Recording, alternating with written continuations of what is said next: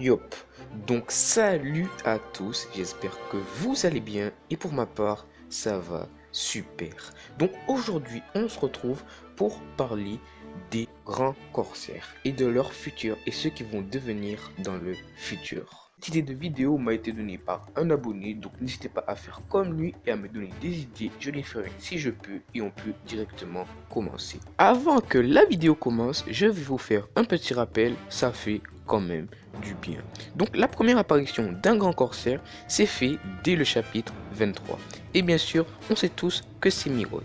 Et bien sûr, ils ont été présentés comme des pirates surpuissants. Et ils l'ont bien montré à Marineford. Même les grands corsaires, après l'ellipse, ils sont surpuissants. Mais bien sûr, comme nous le savons, ce groupe a été dissous dans le conseil des rois à Marichoise. On le sait tous. Bon, maintenant que le rappel a été fait, on peut passer directement à chaque grand corsaire.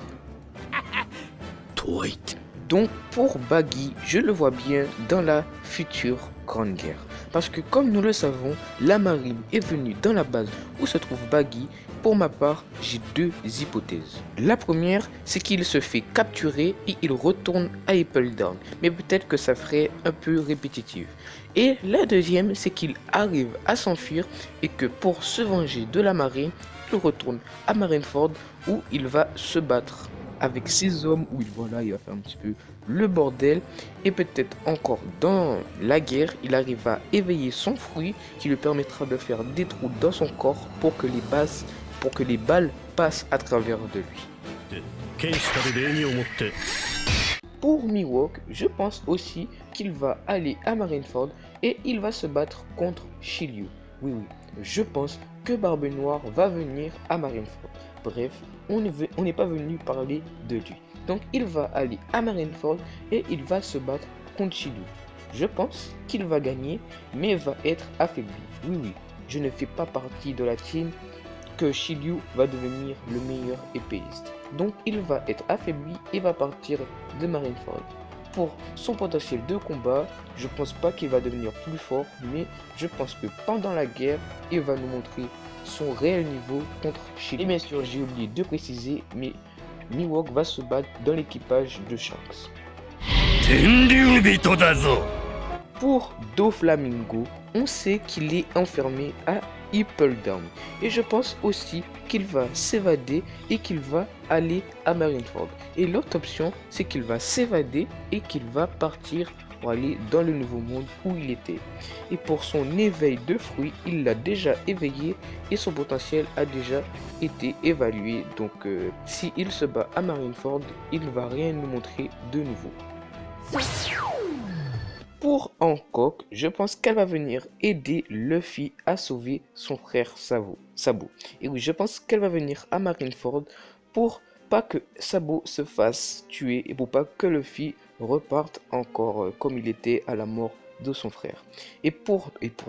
Dans la bataille, je pense qu'elle va se battre contre Devi Samuro comme quand elle a fait dans la bataille contre Barbe Blanche. Et dans son futur, pour cette fois, voilà, j'ai pas trouvé d'éveil à son fruit. Voilà, si vous avez un éveil à me donner, voilà, dites-moi dans les commentaires. Moi, j'ai pas trouvé. Pour Moria, je pense qu'il va rejoindre l'équipage de Barbe Noire et va venir à Marineford où il va se battre. Voilà, il va se faire plaisir. Bien sûr, il va se battre contre Luffy et pour son éveil, je n'ai pas trouvé aussi, donc dites-moi dans les commentaires, je vais les lire. Pour Jinbe, donc il fait déjà partie de l'équipage de Luffy, donc après Wano, tout ça, il va le rejoindre officiellement, il va faire partie de son équipage, il va sur le même bateau, donc il va aller à Marineford avec lui et il va se battre avec Luffy contre les adversaires, tout ça. Et pour son éveil, peut-être un éveil du karaté des hommes poissons, je sais pas si c'est possible, et un éveil de son acquis de l'armement. Pour Weeble, c'est le seul que je pense qu'il ne va pas venir à Marineford. En tout cas, s'il vient, je ne vois pas pour quelle raison il va aller. parce que ben voilà, il a aucune raison d'aller, mais je pense que il va faire le bordel dans le nouveau monde. Et pour son éveil, je ne sais pas, ben peut-être un éveil de son acquis de l'armement, et s'il a un fruit, ben un éveil de son fruit. Et j'ai oublié de préciser, mais pour Baggy, Weeble, Doflamingo, je pense qu'ils vont continuer leur petit business dans le nouveau monde. Moria, je pense qu'il va ressortir gravement blessé et proche de la mort. Mihawk va perdre son titre après la guerre, il va se battre contre Zoro. Et encore, Jinbei vont rester tranquilles parce que Jinbei va, voilà, il va rejoindre l'équipage de Luffy. Et encore, je pense qu'elle va rester sur son île et si Luffy a besoin d'aide, elle va aller l'aider. Donc c'est déjà la fin de cette petite vidéo. Donc si ça t'a plu, n'hésite pas à t'abonner, liker, partager. J'espère que ça t'a plu. Dis-moi des idées de vidéos dans les commentaires. Si je peux les faire, je les ferai donc. Donc voilà, toi dis-moi tes idées, comment les grands corsaires vont être après la guerre, après voilà. Et donc je pense que j'ai tout dit pour cette vidéo. C'était le chapeau doré.